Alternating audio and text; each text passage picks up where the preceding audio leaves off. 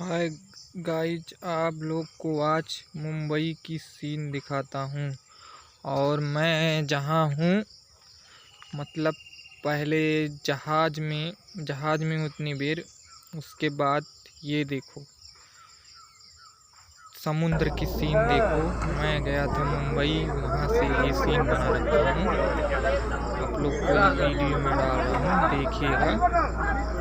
और इसके बाद ये देखो समुद्र की सीन, ये देखो कितनी प्यारी है, कितनी अच्छी है समुद्र की सीन। मुंबई में है, मुंबई में गया था घूमने के लिए, सिर्फ 4-5 दिन के लिए गया था, तो वहाँ से बना रखा हूँ आप लोग के लिए। देखिएगा